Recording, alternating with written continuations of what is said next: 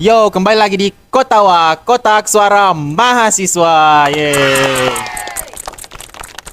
Nah, jadi pada segmen ini kita akan membahas tentang strategi komunikasi dalam kampanye calon gubernur Sulawesi Tengah dalam Pilkada 2024.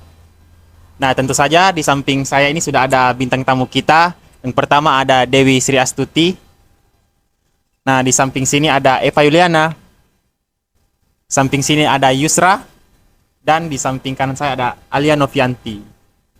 Nah, sekarang kan kita sudah memasuki bulan November nih. Nah, di mana bulan ini di Indonesia itu mengadakan pilkada serentak pada tanggal 27 November 2024. Nah, di Sulawesi Tengah itu sendiri kan kita ada 3 pasangan calon gubernur dan wakil gubernur. Nah, di mana di antaranya itu ada Beramal, Berani, dan Sangganipa. Nah, kira-kira menurut kalian yang kalian lihat selama ini itu strategi mereka dalam mengkampanyekan visi misinya itu seperti apa? Mungkin dari Dewi dulu.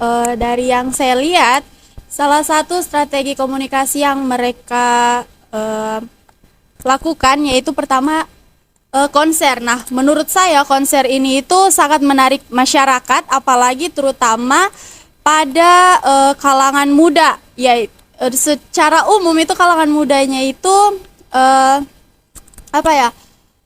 pemilih baru.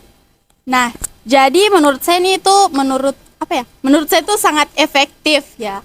Tapi menurut saya strategi dengan konser itu kurang efektif karena sebagian yang datang itu bukan untuk mendukung paslon tersebut, tapi melainkan hanya ingin menonton figur yang diundang, influencer yang diundang oleh paslon tersebut. Oh iya, memang strategi konser ini cukup potensial karena memang digunakan semua paslon.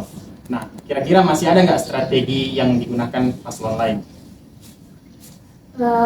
Menurut saya itu salah satu strateginya juga ada influencer. Jadi paslon ini calon gubernur wakil gubernur mereka menggunakan influencer untuk membuat mereka gampang dikenal oleh banyak orang. Ini menurut saya efektif karena dalam waktu cepat mereka bisa dikenali banyak orang, dan juga apalagi untuk pemilih-pemilih muda yang masih muda. Jadi karena rata-rata kan di media sosial itu penggunanya pasti anak-anak muda. Jadi mereka itu lebih tertarik karena kenapa? Influencer ini mungkin yang mereka percaya.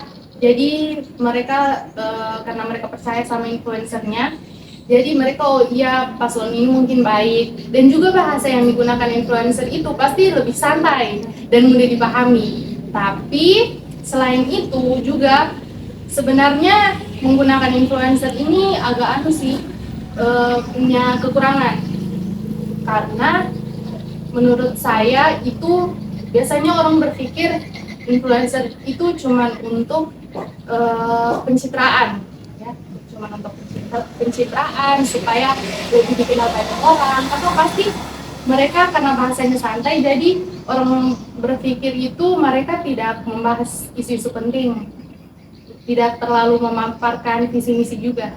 Jadi begitu sih. Nah, benar banget, di era sekarang kampanye itu lebih bergantung ke media sosial, di mana strategi ini mencakup platform seperti TikTok, Twitter, Instagram, Facebook untuk menjangkau audiens yang lebih luas dan spesifik, apalagi untuk anak muda. Nah, topik ini mencakup pendekatan konten seperti konten interaktif, storytelling kandidat, serta penggunaan influencer atau figur lokal, dan manajemen di krisis media sosial. Nah, jadi salah satu contohnya itu seperti yang trending kemarin. Itu ada di mana masing-masing paslon itu membuat lagu yang identik dengan nomor urut mereka. Kemudian dibuat tren TikTok yang mana di antara 3 paslon tersebut membuat tren TikTok berhadiah.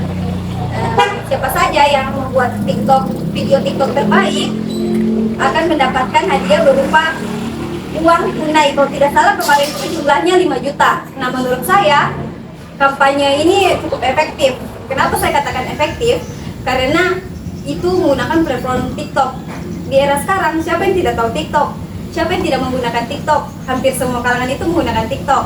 Nah, kenapa saya katakan cukup efektif? Karena tren kampanye yang digunakan ini itu dapat menarik perhatian publik. Tapi menurut saya yuk, itu memang efektif. Tapi efektifnya dalam jangka waktu pendek sementara. Kenapa? Karena itu kan tren berhadiah. Jadi selesai trennya sudah pasti tidak ada lagi yang pakai itu, karena untuk apa? Gitu loh kalau menurut saya. Selain itu juga kayak cuman untuk kampanyenya menurutku cuman untuk memperkenalkan begitu, dan karena ada lagunya cuman untuk memperkenalkan saja. Kalau calon gubernur itu bagaimana ya, cuman untuk memperkenalkan calon gubernur kita gitu loh kalau menurut. Nah, tadi sudah ada 3 strategi yang sudah dijelaskan sama teman-teman. Nah, menurut kalian di antara 3 strategi itu mana yang paling efektif? Kalau menurut saya ini kan kampanye itu komunikasi untuk mempersuasi. Nah, di antara ketiga strategi kampanye yang sudah teman-teman sebutkan tadi, semuanya itu sebenarnya sama-sama mampu untuk menarik perhatian publik, dukungan publik, dan mempengaruhi opini mereka. Tapi kalau dari saya pribadi itu, di antara ketiganya itu yang paling mempengaruhi dan mengubah opini saya terhadap pasangan calon-calon tersebut itu yang disampaikan oleh Yusra tadi, yaitu kampanye melalui media sosial. Kenapa?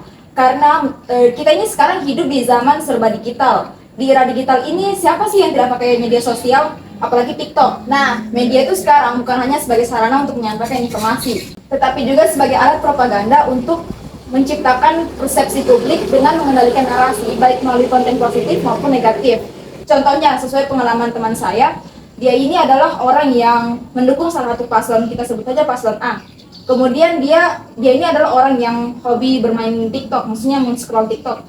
Ada salah satu konten yang bukan menyudutkan, tetapi sedikit meremehkan paslon-paslon lain. Nah, ketika dia menonton konten tersebut, opini yang tadinya di paslon A berpindah ke paslon B. Kenapa? Karena setelah dia menonton konten tersebut, opininya yang tadi mendukung paslon A kemudian berpindah kepada paslon B. Kenapa?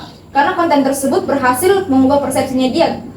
Apa yang dinarasikan dalam konten tersebut itu mengubah persepsinya terhadap paslon A tadi yang dia dukung ke paslon B. Jadi itu kenapa media sosial itu sangat berpengaruh dalam mengubah ataupun membentuk persepsi publik. Nah, dalam hal ini media itu tetap melaksanakan tugasnya sebagai sarana untuk menyampaikan informasi, baik visi ataupun misi ataupun aksi dari pasangan-pasangan paslon tersebut. Nah, dengan strategi yang tepat, media sosial itu memungkinkan para pasangan calon untuk memiliki citra mereka sedemikian rupa. Di sisi lain, media sosial juga tetap pada tugasnya, yaitu menyampaikan informasi kepada publik.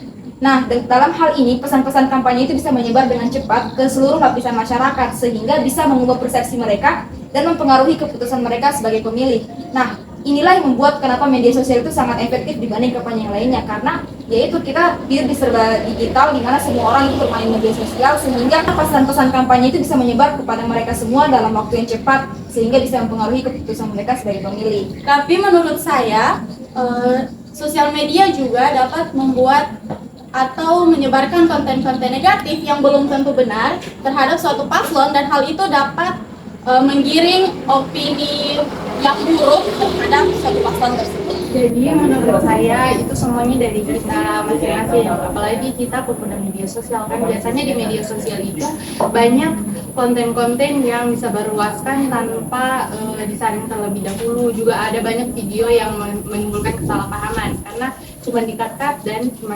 pendek-pendek.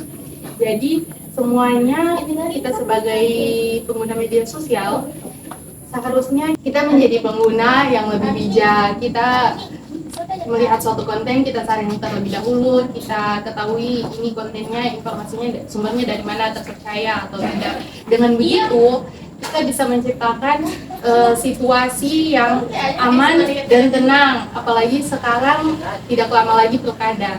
Nah, baiklah, itulah tadi strategi-strategi yang dijelaskan. Masing-masing itu mempunyai kelebihan dan kekurangan, tergantung masing-masing orang mau menanggapinya seperti apa. Nah, maka dari itu, jangan lupa tanggal 27 November 2024 datang ke TPS terdekat, karena pilihan menentukan 5 tahun ke depan. Sampai jumpa di Kotawa, Kotak Suara Mahasiswa selanjutnya. Jangan lupa like, komen, dan subscribe. Bye-bye.